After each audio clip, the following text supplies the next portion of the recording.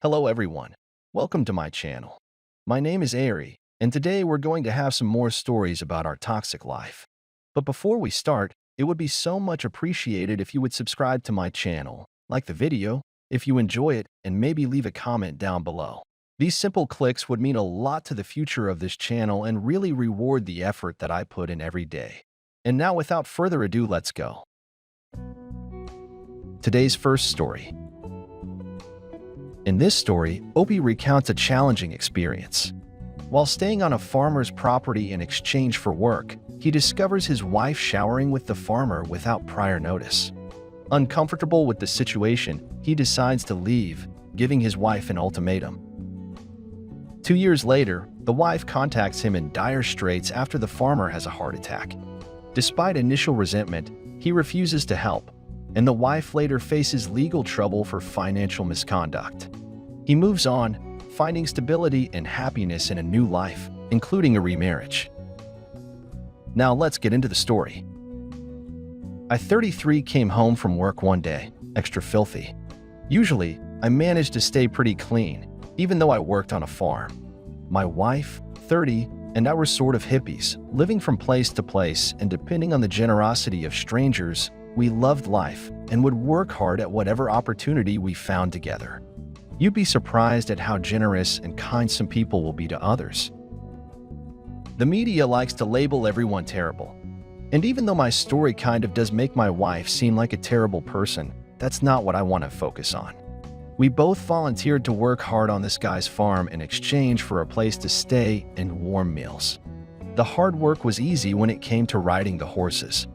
My wife and I loved that time and experience.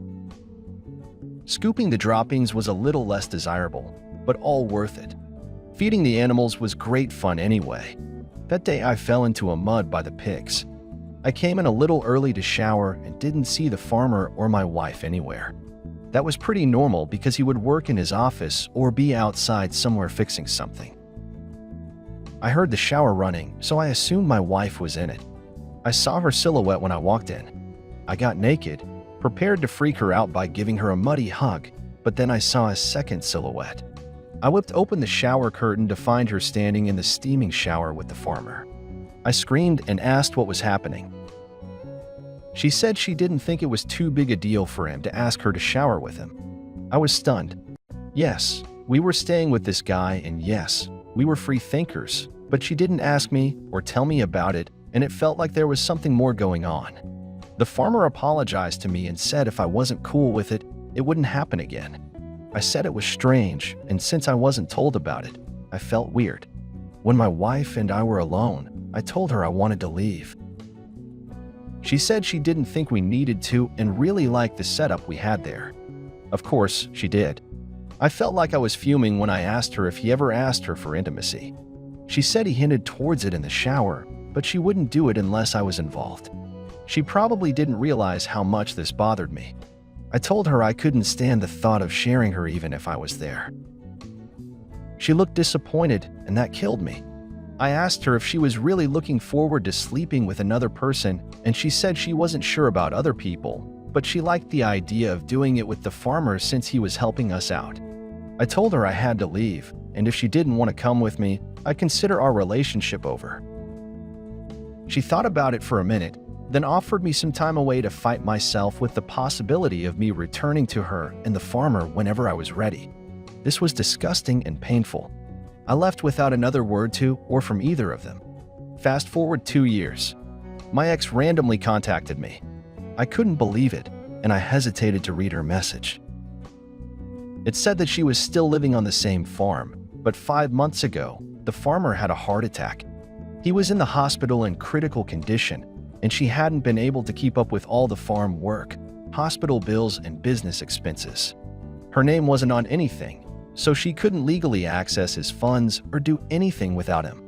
She wasn't sure how she could stay at the farm for much longer and didn't have money to get very far. I told her to find someone else to ask for charity. She broke my heart and went behind my back, then chose someone she barely knew over me. I thought we were lifelong partners that lived free while remaining loyal. She betrayed me and didn't care when I left. I told her it took me a long time to recover from that breakup, and only just now started to find a good place in life. She wasn't going to ruin it for me. I hung up. I got a voicemail from her a year later explaining that she had my number memorized and was calling me from prison. She was charged with identity and financial theft since she resorted to acting as the farmer by authorizing payments on his cards and selling some of his animals. When he recovered from his hospitalization, he kicked her out and reported her to the police for buying herself a car with his money, selling his property without permission, and signing his name on legal documents. It was bad. Although our relationship was never romantic again, we did keep in touch from across the country. I finally settled down, got a steady job, and remarried. Everything worked out for the best, even though I had to go through a bit of heartbreak. Today's second story. In this story, Opie in his early 30s, married for 9 years, faces marital turmoil as his wife, after a positive transformation, is found cheating with a younger man. The wife's sudden change in behavior, from a withdrawn state to indulging in infidelity, leaves the husband devastated.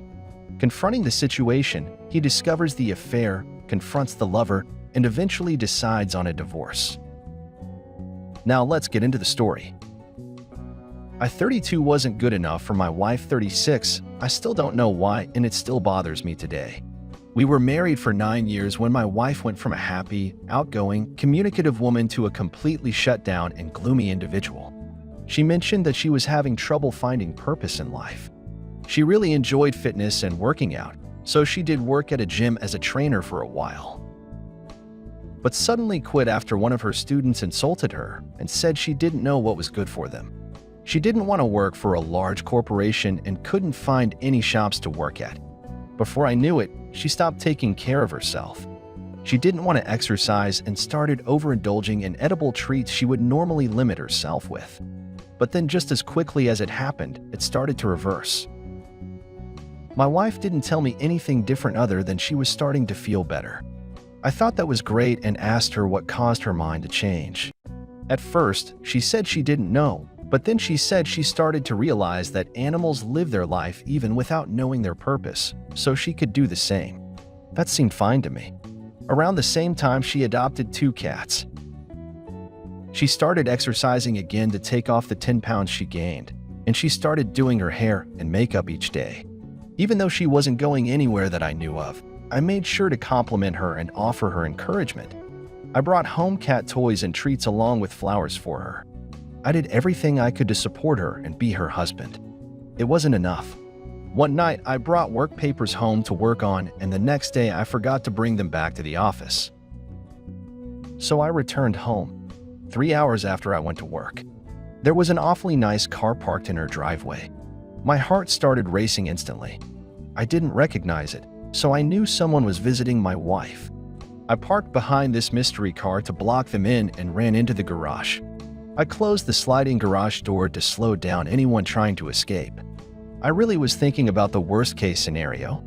After I entered the house, I made sure the front and back door were locked, too. I went downstairs to our gaming basement, as we called it. As I came down the stairs, I saw them scrambling to stop doing what they were doing. One of them was my wife, and the other was a man I saw once before. I saw him at my wife's cousin's funeral a month ago, right before my wife's outlook on life changed for the better. Was this guy blood related to my wife? I didn't know they were both naked. AP grabbed his clothes and dove behind a stack of boxes to get dressed. My wife wrapped a blanket around her, sat on the couch and face planted into a pill of discreet. I asked loudly what the hell was happening right now, and my wife just asked me what I was doing back home. I asked if that was really important when I just found her screwing another man and quickly followed up by asking who the hell he was. She said he was Alan, but we'll just call him AP. They met at the funeral we went to, and they weren't going to have intimate. They were just going to make out for some innocent fun. I was so offended and disgusted with her at this moment. Why did she think that was even okay? Why did she want to do this? And did she take me for a fool? It was obvious to me they were having intimate. When I came down the steps and I was sure this wasn't the first time he was in her house, I decided to bluff. I told her I installed discreet security cameras outside her house 4 months ago, so I was going to know if this wasn't the first time he was here. I shouted to AP, who was still hiding, and asked him if he'd been to my house before this.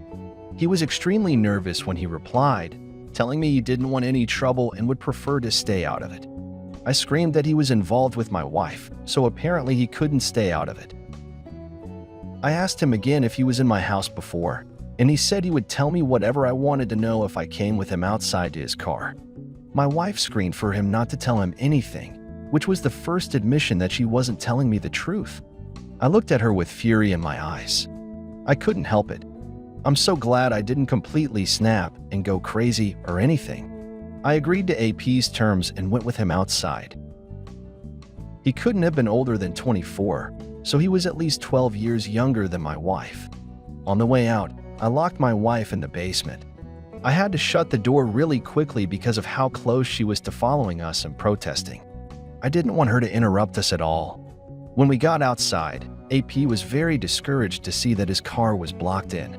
I told him to start spilling the beans. He hesitated, of course.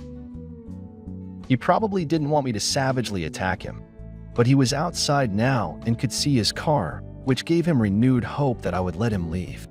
He said they started seeing each other the day after the funeral. Every day I was at work, he came over to see her.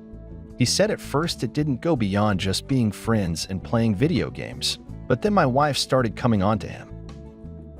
She would ask him how she looked and stuff like that, until they finally ended up doing it. I couldn't help it. I started crying. I asked him why. He said he only ever had a sexual relationship once before, so it was hard for him not to give in. He knew she was married and knew who I was, but he was excited she liked him. I said that was enough explanation. I thanked him for telling me the truth like a man.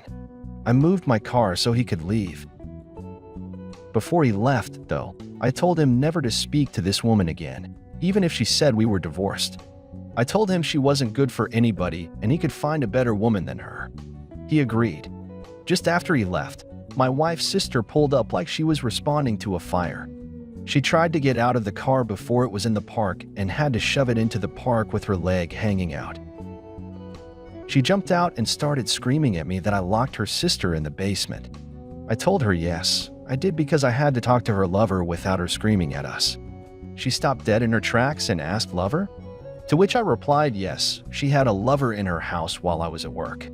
Since I had time to talk with him alone, he told me they'd been sleeping together for weeks before I found them today. She was speechless. Just then her phone started ringing. It was my wife.